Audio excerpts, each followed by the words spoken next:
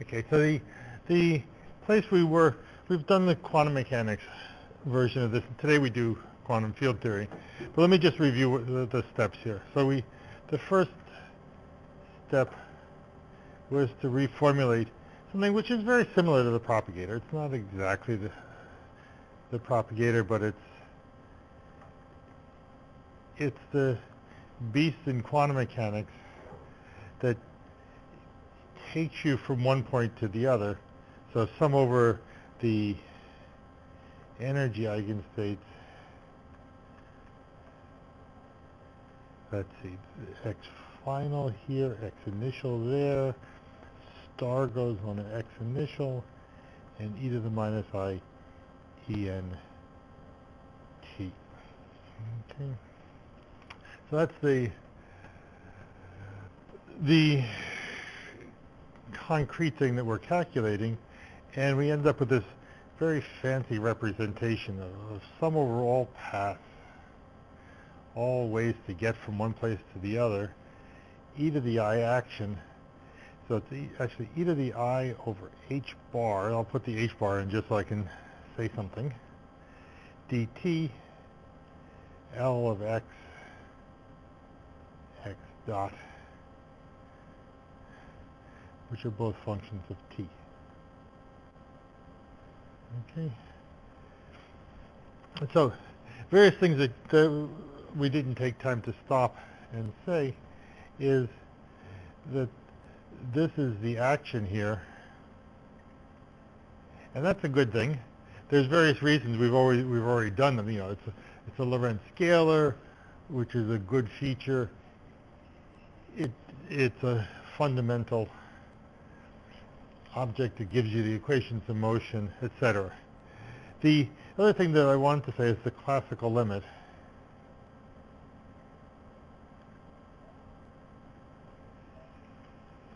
Okay, so I put h bar in there. The classical limit is when the action over h bar is large.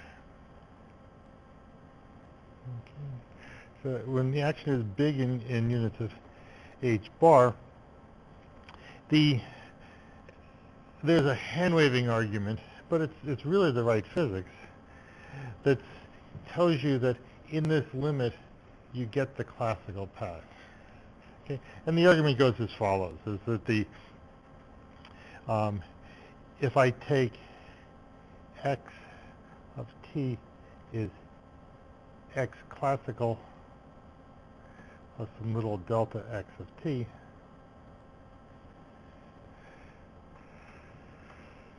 the action will then turn into the action plus the action is the classical action plus some delta s. And if these guys are large compared to h bar, implies that the e to the I s over h bar oscillates a lot.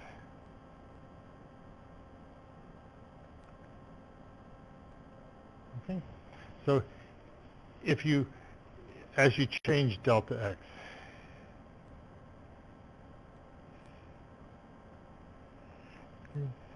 the only place where it doesn't oscillate is when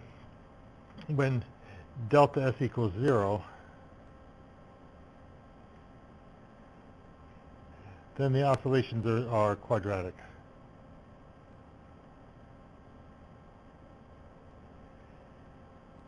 Okay. And the argument then goes, so that they don't oscillate very much in that region there, everywhere else gets washed out, so the classical limit dominates the path integral.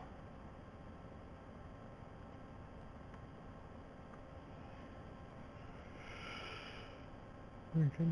So that you naturally get the feature that when s is large, you get the classical physics out. So this is really the only principle that we have that gives us both classical mechanics and quantum mechanics from the same starting point. Okay.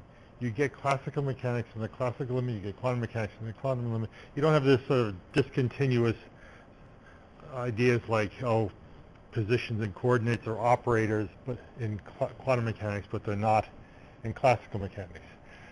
Here everything is treated on the same footing, and the only difference is something pretty physical, whether the action is small or large compared to h bar. So it's a single principle gives everything. So that's great. I love that. Okay, so the second thing we did is we projected out the ground state.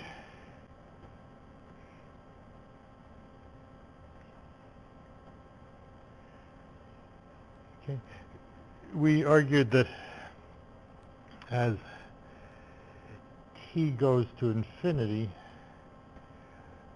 e to the minus I en t fluctuates wildly.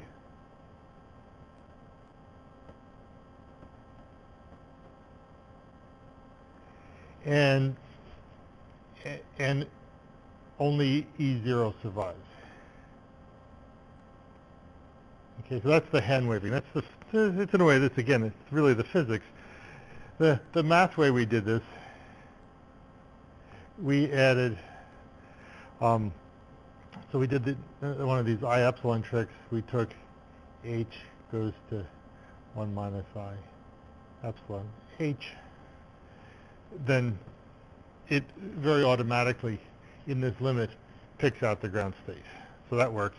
The thing I didn't say, and I could have said, I actually had it, but I was pushing that day to finish, that there's another way that you can do it, is you can Wick rotate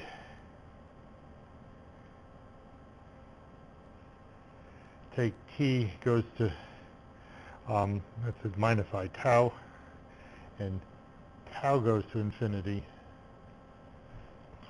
and then you get e to the minus h tau and e to the minus en tau. So these are really exponentials, and then again E0 survives. Everything else is suppressed.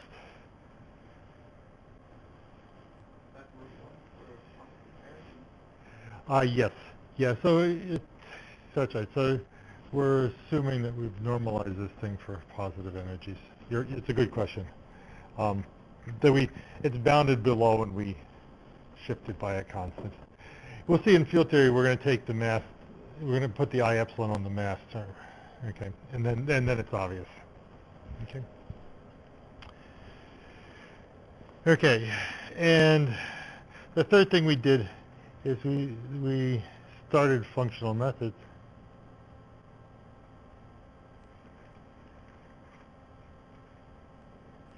So we added a source,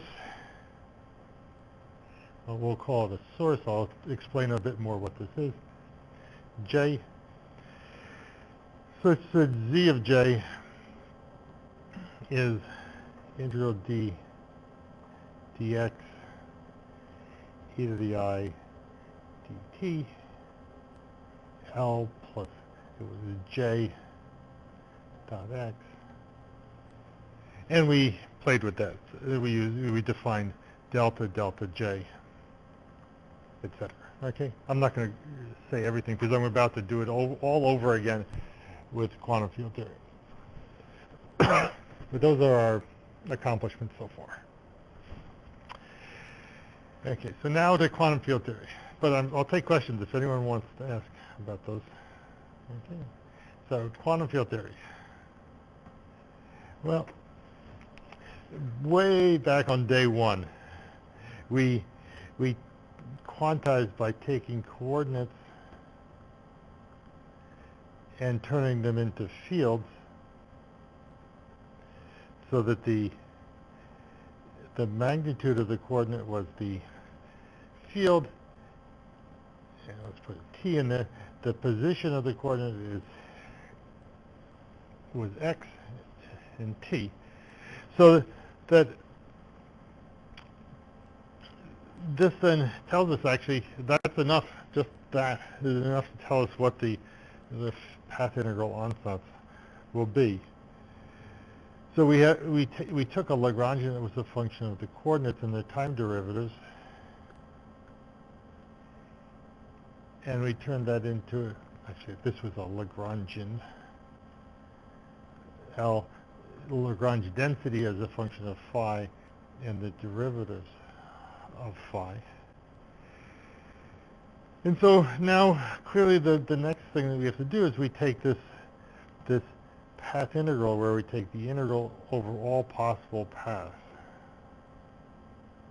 Okay, so let's put, to make the analogy the same, the path would be all these yi's of t, and that turns into something that we'll call d phi of x and t. Okay, the notation I'll use is that bracket. That's the denotes the integration over the fields. So what is this?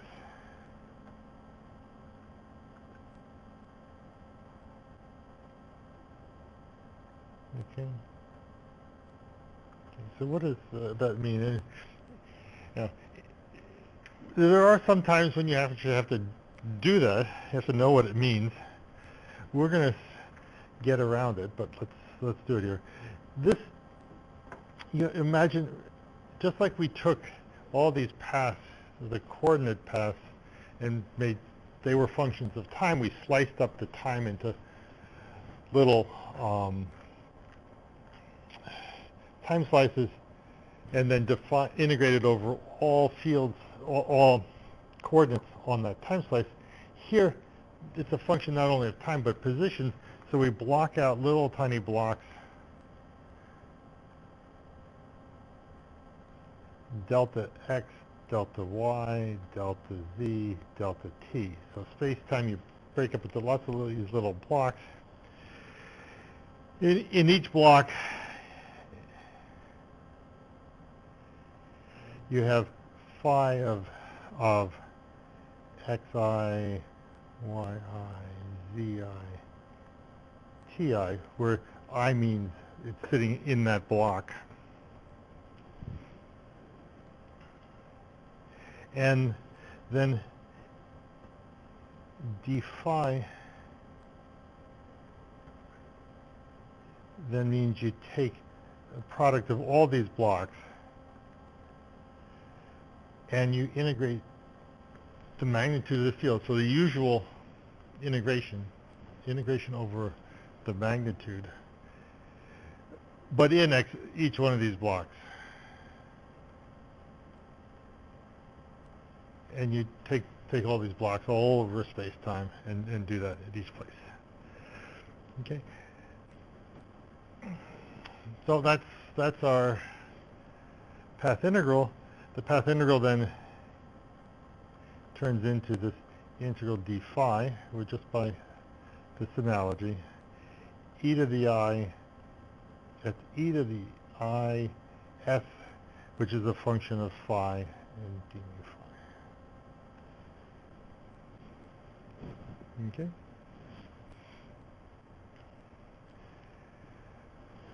We're going to push on and say we project out the ground state.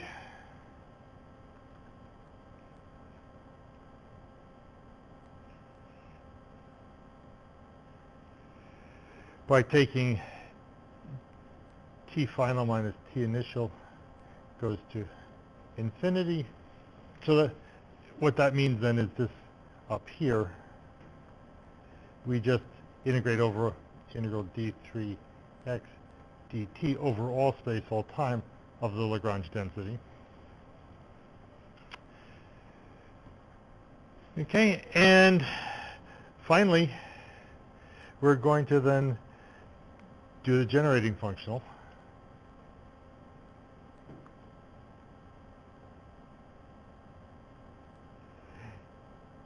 And we're going to add a source j in the following way. It's going to be, well, there's some normalization d phi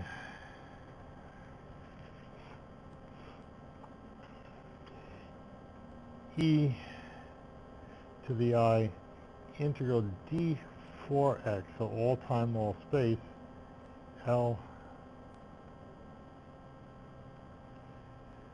and I add plus j phi. I want a plus j phi, yes. J of x in t, phi of x in t. Okay. I should have probably, up here when I wrote that, put an arbitrary normalization out there. The normalization doesn't matter. You'll see it drops out of all our formulas. But I often just put it there to remind people of that. Okay, so there's our starting point now. And you know, since I've constructed this by analogy, maybe you don't believe it yet, but we'll start playing with this and start getting out things. And it doesn't matter how much derivation goes in. You'll be able to see that you're going to get out propagators, vertex functions, all the things of usual field theory. And so this will, by construction, generate all of usual field theory. Okay? So there's our starting point. And now we have to learn to play with it. Okay, so the first thing we need to do is this functional differentiation again.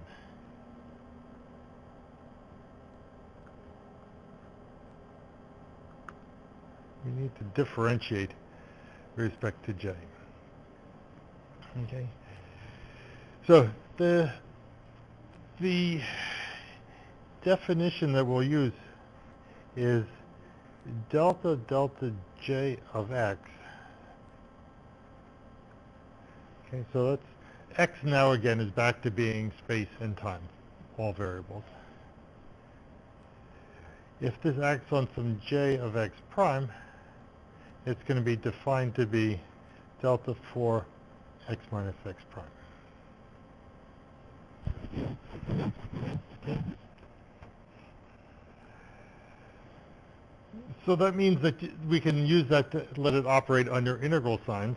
So if I take delta j of x of some integral dx d4x prime, some function of x prime,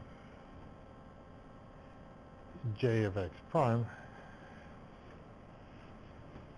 So if I'm differentiating something that's under an integral sign, so it's functional differentiation. That then is integral d4 x prime f of x prime delta 4 of x minus x prime is then just f of x. So when you differentiate some integral, you just get the integrand. So in that way it looks just like, it's sort of like usual differentiation.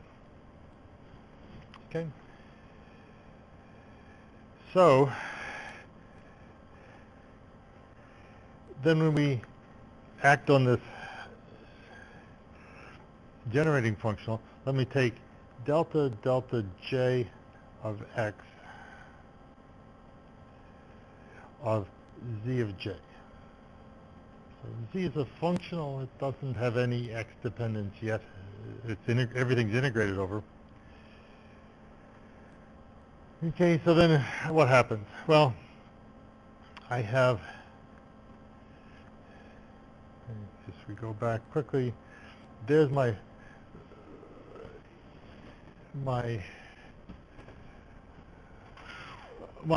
x dependence, so I have some x prime here, so this is like this integration. This, I call this x prime now. This is my integration variable. And I'm differentiating with respect to j. It brings out the overall function, which is just a function of phi. So this turns into n integral d phi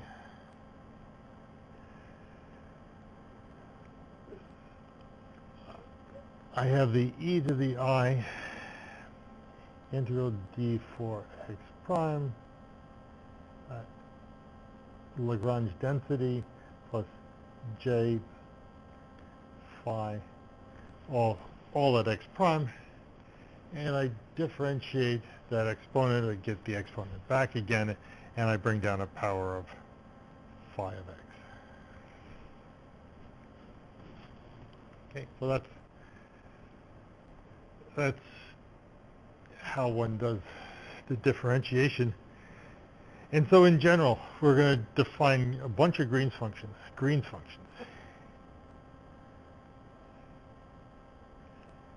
And path integrals go through these Green's functions for all this stuff. Gn of x1 up to xn, okay, is going to be defined as, actually, anyone see my mistake in my line above? It's what? There should be an I. Very good, thank you. There should be an I. Okay? It makes the next formula. The next thing I was about to write is minus I to the n. It basically kills off all those factors of I. Delta n, delta j of x1, delta j of x2, all the way up to delta j of xn. I take z of j.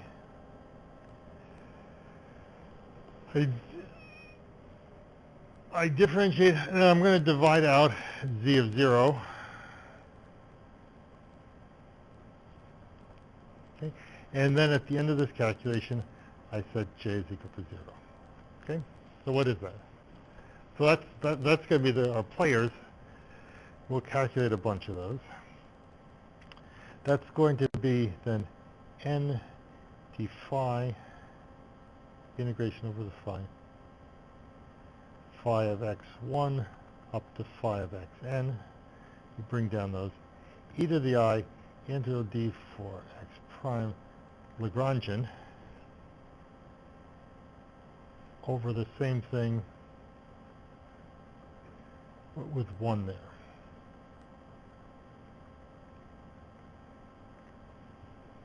Okay. We'll see, where we're going to see is that these are going to be if n is equal to 2, it will be propagators. If n is equal to 4, it will be scattering amplitudes. So all the usual beasts that we have are in these endpoint functions here. And that's our trade-off. We're calculating these guys rather than some other things, but we'll be able to pull all the Feynman rules out of these guys. Okay. Last thing to say here is to make z of j well defined. We have two choices. The one that I'll do is implicitly is always the I epsilon trick. Okay. So just like before, we had to use this to make the behavior as t goes to infinity well defined. Here, it's just going to be m squared goes to m squared minus I epsilon. We'll make, damp the Hamiltonian at large energies. And that leaves the ground state. The other thing that you can do is the Wick rotation trick. T goes to minus I tau. Tau goes to infinity. So either of those work. If you're just doing perturbation theory, you most often just use this. This Wick rotation trick is great if you're doing numerical simulations, because it's much easier to do Euclidean simulations than Minkowski simulations, the metric. Okay? Okay, before we start the calculations, let's do the interpretation of J.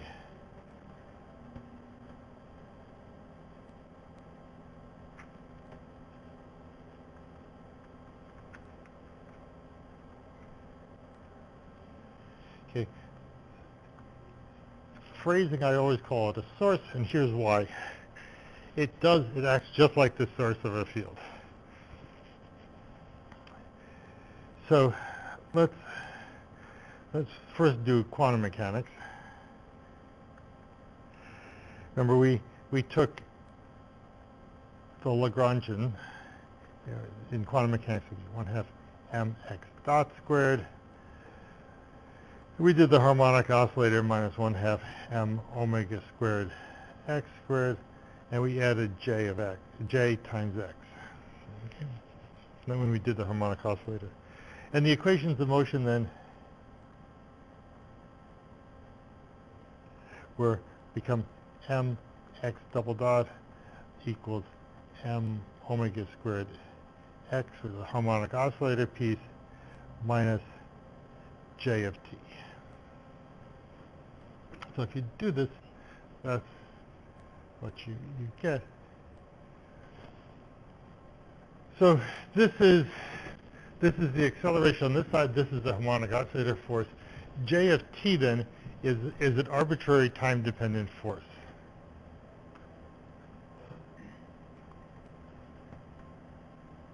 Okay. And so what we've done when we make this path integral with j in it is we're probing the harmonic oscillator with an arbitrary force.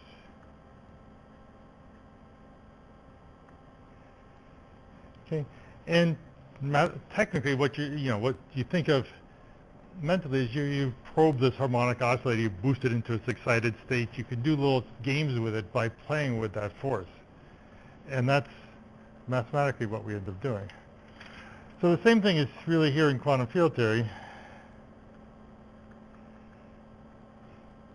We have now the Lagrangian density is 1/2 d mu phi squared minus m squared over 2 phi squared plus j of phi. And the equations of motion are then box plus m squared on phi is j of x. Let's make it write the t there just to make sure. Okay. And from your QED day, your E&M days, you know that the way to solve this is that phi of x is integral d4 x prime, some Green's function, j at x prime. And so this is just like, this is the source of the field.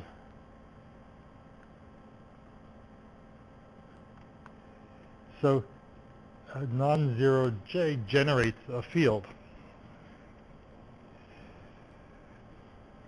So j ends up playing the role like something that creates or removes fields.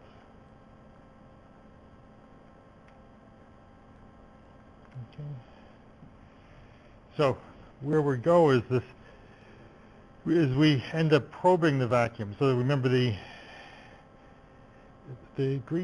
generating functional gives you the ground state. So but we're probing the ground state by the source. And so we'll see that if you probe the source from here to there, you put a j at x and you put a j at y, that probe gives you the Feynman propagator.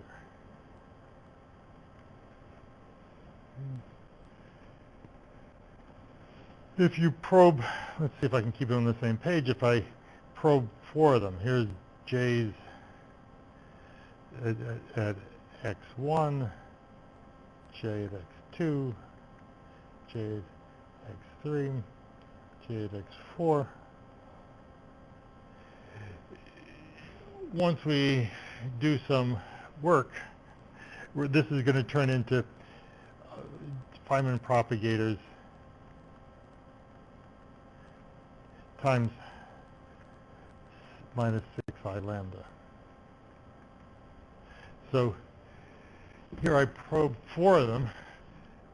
They interact through the interactions, and so there's 4 propagators here, which we'll see explicitly what's going on here.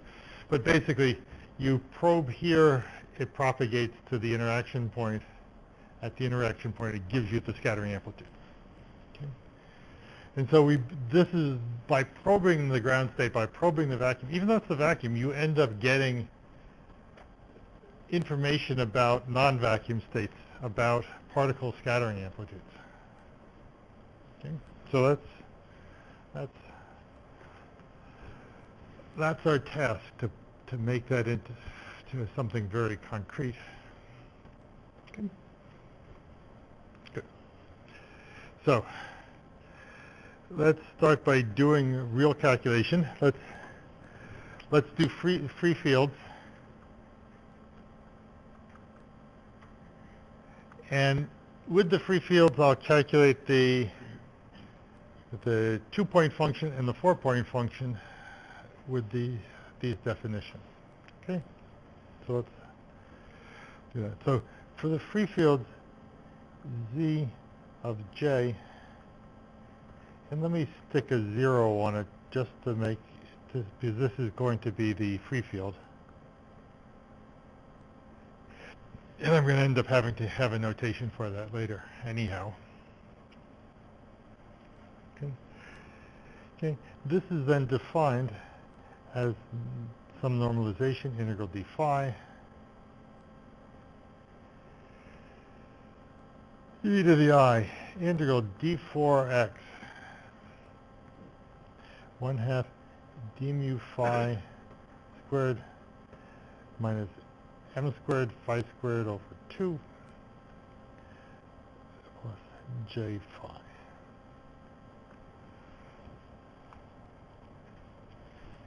Okay. And our goal is to come out with a formula for what is that z0 of j.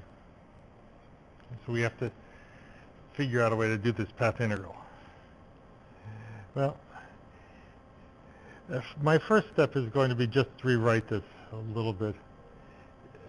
D phi e to the I integral d4x. Okay, now what I'm first going to do is I'm going to take this derivative. So there's 2 phi's here. Each of them has a derivative acting on one of them. It doesn't matter which one. I'm going to take and integrate by parts, put the derivative on the other one. Okay, so it'll be one now with 0 derivatives, one with 2 derivatives. So this thing looks like there's a minus sign from that. There's phi, then it becomes 2 derivatives, which is box plus m squared phi. Okay, so I've taken this and rewritten it like that just by integrating by parts. Okay, plus j phi. Okay. So this is sort of like what we were seeing when we were doing those Gaussian integrals.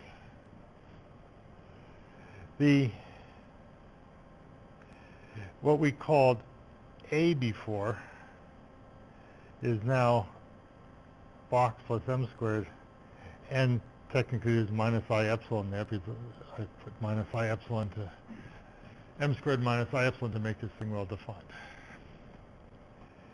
And previously, we solved this by completing the square. We took, so previously, we took x prime is x minus a minus 1j to complete the square.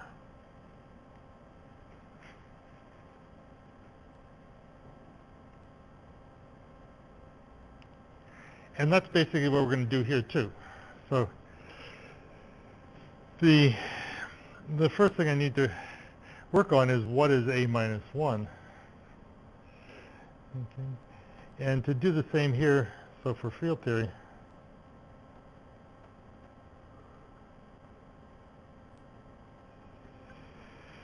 what's box plus m squared minus 1? Okay, well, it's the Feynman propagator. We have box plus m squared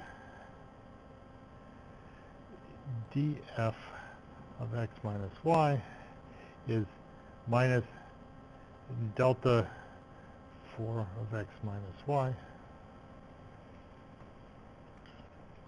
Okay, which is just so that's the field theory definition for df is minus box plus m squared minus 1. Fancy notation, but okay, so then you know what df looks like. So let's use that to complete the square.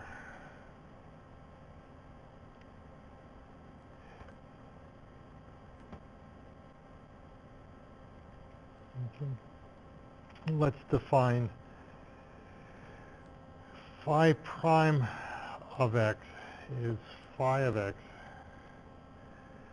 plus integral d4 y df of x minus y j of y. Okay.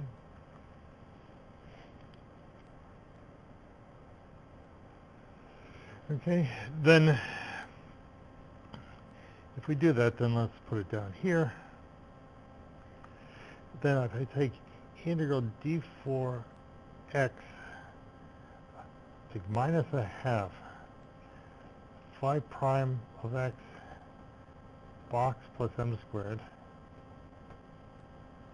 phi of x.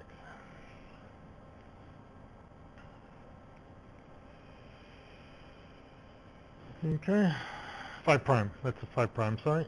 There we go. Okay, well, the first terms are just when phi prime is phi, so I get the usual piece back again. So I get integral d4 x minus a half phi box plus m squared phi. Okay.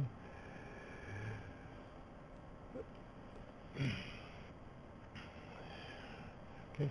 The next pieces are the two cross terms where box plus m squared acts on df. Okay. When it acts on df, it gives me minus delta 4 of x minus y, which gets rid of this integration, and this just becomes j of x. Okay. So if I put brackets here, this becomes minus j of x phi of x. Okay, and there's two of these cross terms. There's the one where this is the j piece, and the one where that's the j piece. But this derivative can act either way just by integrating by parts. So they both give the same result. They both give this the j phi, so there's a 2 there. Okay, and then the last term is where both of them have the d times the j piece. So I've got dj here, dj there. The box plus m squared acts on one of them and converts it into just a j. But I still end up with minus a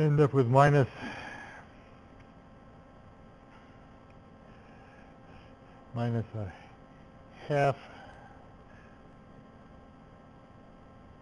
Actually, I end up with plus half integral d4x d4y j of x df x minus y j of y.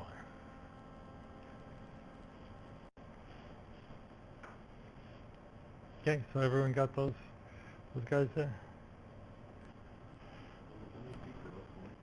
Okay, yes. So, in a sense, I've got, when I look at this term, I've actually got three integrations, dx, dy, dz, okay? There's a dx from here, there's a dy from this guy, and there's a dz from the corresponding one here. There's also an integral dz, x minus z, j of z, okay? But I've got this one del squared plus m squared, so that acts on one of these, and so that turns it into a delta function, and so I've gotten rid of the del squared plus m squared. I've gotten rid of one of the d's. I've got rid of one of the integrations, so I'm left with two integrations, one d, and j's at both ends of that. Okay. Okay. Okay, so, okay, good. Lots. Okay. So, these terms here, the first terms are what we want. If I look at this, I have the minus half phi squared phi, and the plus j phi comes out. So I've completed the square correctly, and all I have to do is I just have I have to correct for this last piece here. In phi prime, there's this term, so when I write the original integration, I correct for that. So, what do I want to do? Well, I have z of j then. It's n integral d phi e to the I integral d4x. I have phi prime box plus m squared phi prime. And then correcting for that piece, I end up with e to the minus I over 2 integral d4x d4y j of x df of x minus y j of y. Okay, last thing to make sense of this is to note that since I'm integrating over all phi's, I could equally well integrate over all phi primes. They're just shifted at each point in space-time by a number. So integral d phi prime is integral d phi. And now I factored the integral. All my phi prime stuff is sitting over here. All my j stuff is sitting over there. The phi prime integration is just independent of z, so it's z j is equal to 0. And then the j dependent sits up here, e to the minus I half I over 2, integral d4x, d4y, j of x, df of x minus y, j of y. Okay. So we've done that path integral. And there's the answer. This is now, as a functional of j, is just something ordinary. There's no more path integral to be done. It's just an exponential of some integral with a known function there. We know that function is a function of x. Okay? Good. So our first calculation.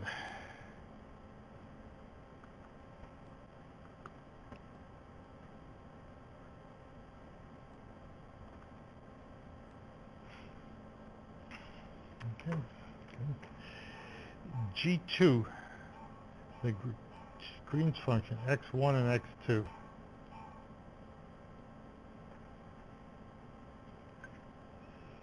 We're going to see what happens if I differentiate this twice with respect to j. So, a factor minus I over 2, delta squared z of j, delta j of x1, delta j of x2. At the end of it, we're going to set j is equal to 0. And in the sense that we've talked about it before, I guess I didn't actually say this here. But this is going to be identified with time ordered product of phi at x,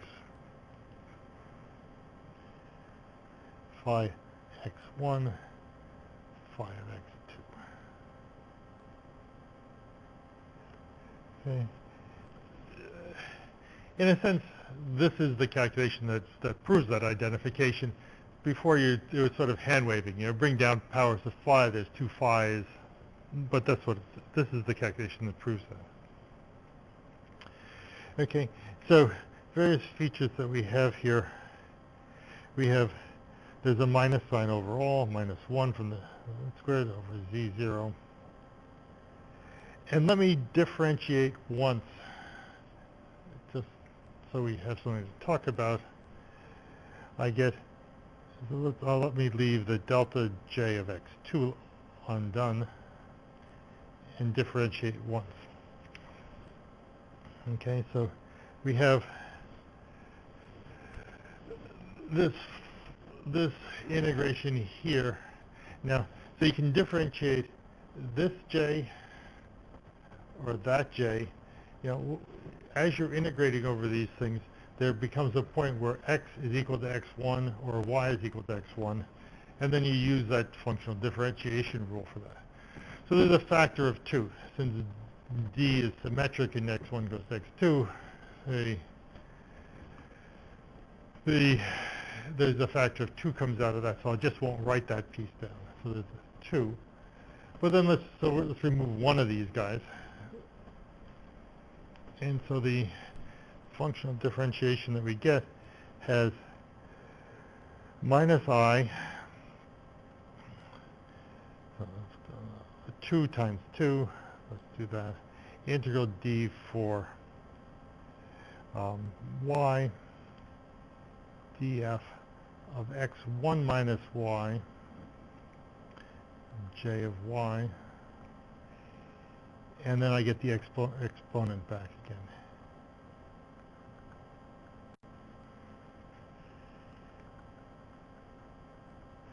Let's make it d for z, j, d, j. All right, so that's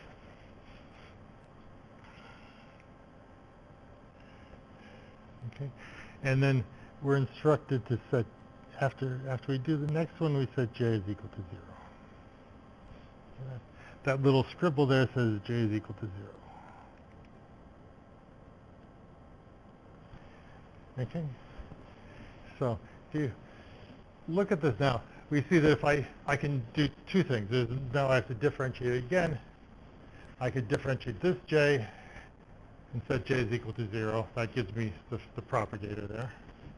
Or I could differentiate this one and set j is equal to 0. But if I do that, I get 0 for that term. If I differentiate something up here and set j is equal to 0, there's an overall j out in front, so that guy disappears. So the only one that I have to do is I have to make that guy act on that. And so this is plus I, okay. Actually, I have a slight mistake here in that there's a z of 0 floating here, which I didn't need to carry, but I have to cancel. Those z of 0s are going to cancel. They're just numbers in the numerator and denominator. All right, so if I do that, I just get plus I df, x1 minus x2. Okay. So our first calculation is, like I said before, if I probe j at x, j at x1 and j at x2, the feature I get is that I get the propagator. Okay. So this is pretty non-trivial, actually. If you remember back when we did it at the start using canonical quantization, so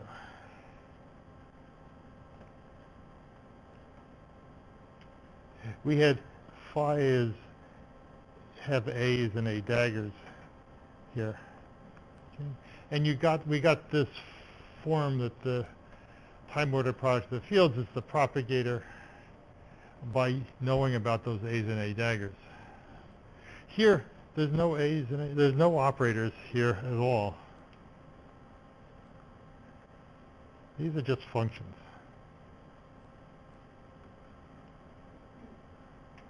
So we've really turned everything on its head.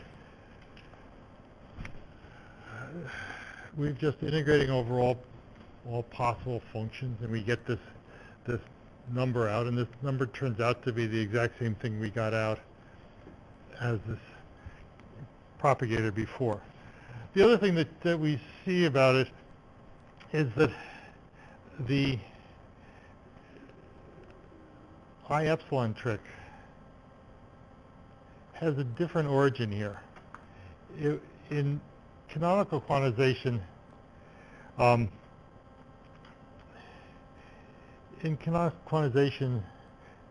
was causality.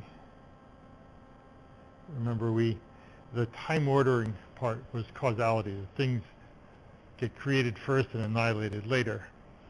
And when we did the contour integration to turn this into the usual propagator, that made a difference. Here, it's not so much causality as projecting out the ground state.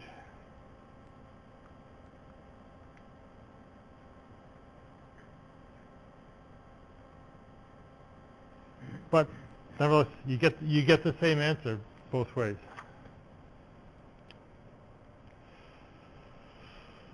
Okay. Second calculation. Wick's theorem.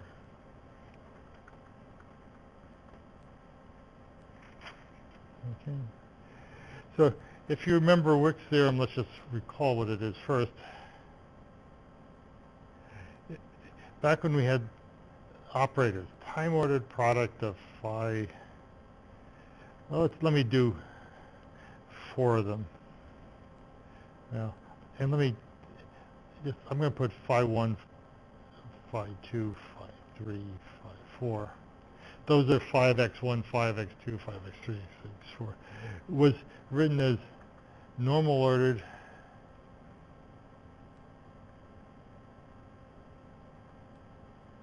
which means there's no normal order, means there's no vacuum expectation value.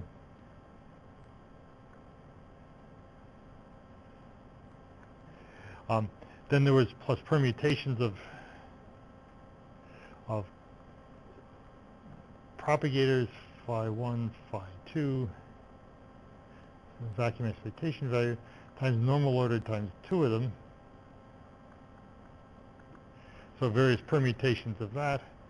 And the last thing was permutations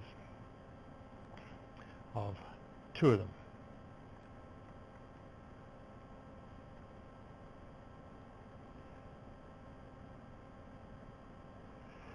Phi 3, phi 4. Okay. So what we're going to end up showing here is here we're going to take G4, x1, x2, x3, x4, Green's functions, and We'll calculate what that is.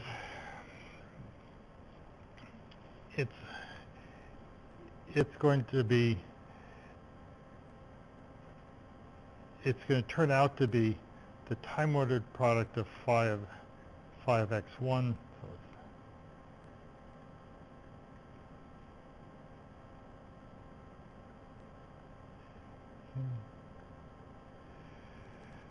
So that's what it will turn out to be, which if you read off of this, is equal to those propagators in various permutations. So I df x1 minus x2, I df x3 minus x4, plus there's two other terms.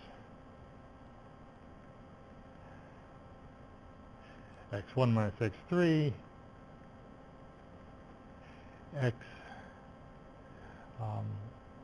minus x4, and then the last one is x1 minus x4. All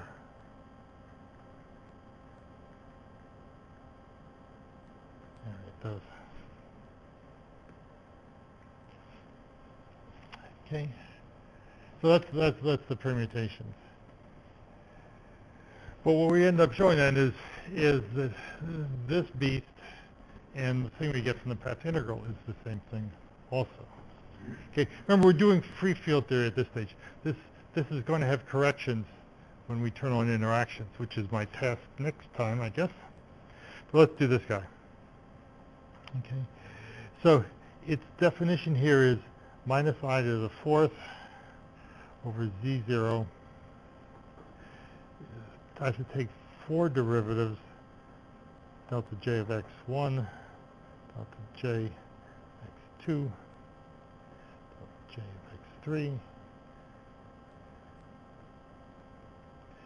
of z of j, and then at the end I said j is equal to 0. Okay?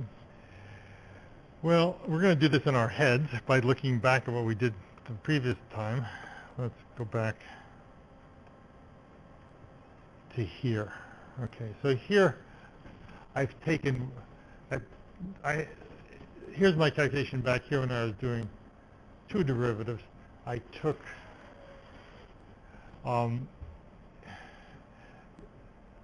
one of them here in the square brackets is one derivative. Okay, last time I took another one and got the propagator, but now I have to take three more and then set j is equal to 0. So we have to see if we can do this in our head also. So there's various things I could do.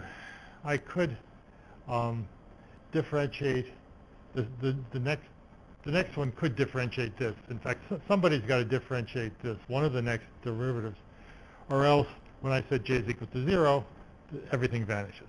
Okay, so one of the other terms has to differentiate that. But I've still got two more derivatives to do.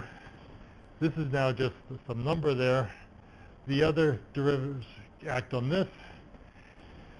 There's two of them. You have to get rid of both j's. When you differentiate with respect to one of them, you bring down another factor that looks like this.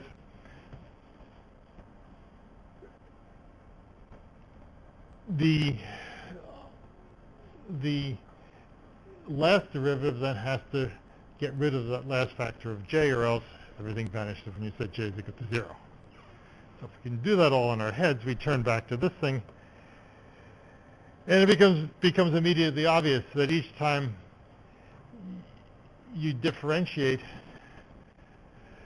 you get two powers of the Feynman propagator. You've gotten rid of both of them. All the other stuff disappears when you set j is equal to 0. And so then you end up then just with these permutations, and so you go back up here and you get it. It works out. Okay. So pictorially, what we have here is I've got 1, 2, 3, 4. These j's sitting in various places. You just get propagators, free propagators. So there's that. There's you know, this